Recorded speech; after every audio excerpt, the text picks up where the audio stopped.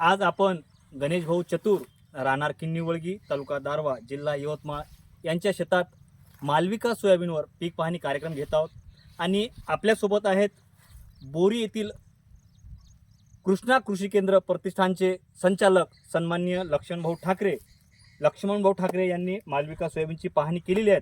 मित्र हो, त्यांच्याकडून त्यांचं मनोगत आपण जाणून घेणार आहोत की त्यांना मालविका सोयाबीन कसं वाटलं. राम राम लक्ष्मण भाऊ. राम राम. लक्ष्मण भाऊ, आपण मालविका सोयाबीनची पाहणी केलेली आहे. याच्या अगोदर बी आपण भरपूरसे प्लॉट पाहिलेले आहेत, परंतु आपल्याला मालविका सोयाबीन कसं वाटतं आणि मालविका सोयाबीनचा आपले विचार काय आहेत? ते मालविका सोयाबीन चांगलं आहे. चांगलं आहे. हो, एक नंबर. आणि लाग वगैरे कसं वाटतं भाऊ? लागही भरपूर आणि चांगला चांगलं आहे. प्लॉट चांगला. शेंगा वगैरे भाऊ? शेंगाही चांगलं आहे. शेंगा वगैरे भरपूर आहे ना? हो, भरपूर. आणि याच्यामध्ये आपण पाहिलं असेल की 3 ते 4 दाण्याचे शेंगाचं प्रमाण जो आहे तो जास्त आहे. आणि एवढं पाऊस असून सुद्धा लक्ष्मण भाऊ जो प्लॉट मेंटेन झालेला आहे, म्हणजे कमी पाऊस राहो जास्त पाऊस राहो, पाण्याची ताण सहन करण्याची क्षमता मालविका सोयाबीन मध्ये आहे.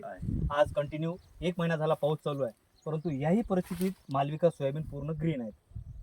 आपल्याला हे प्लॉट पाहून मालविका सोयाबीनचं प्लॉट पाहून समाधानी वाटतं. समाधान. आपण पण भरपूर शेतकऱ्यांना मालविका सोयाबीन दिलेलं आहे, त्यांचं सुद्धा काही मनोगत असेल भाऊ आपल्याकडे? मालविका एक नंबर.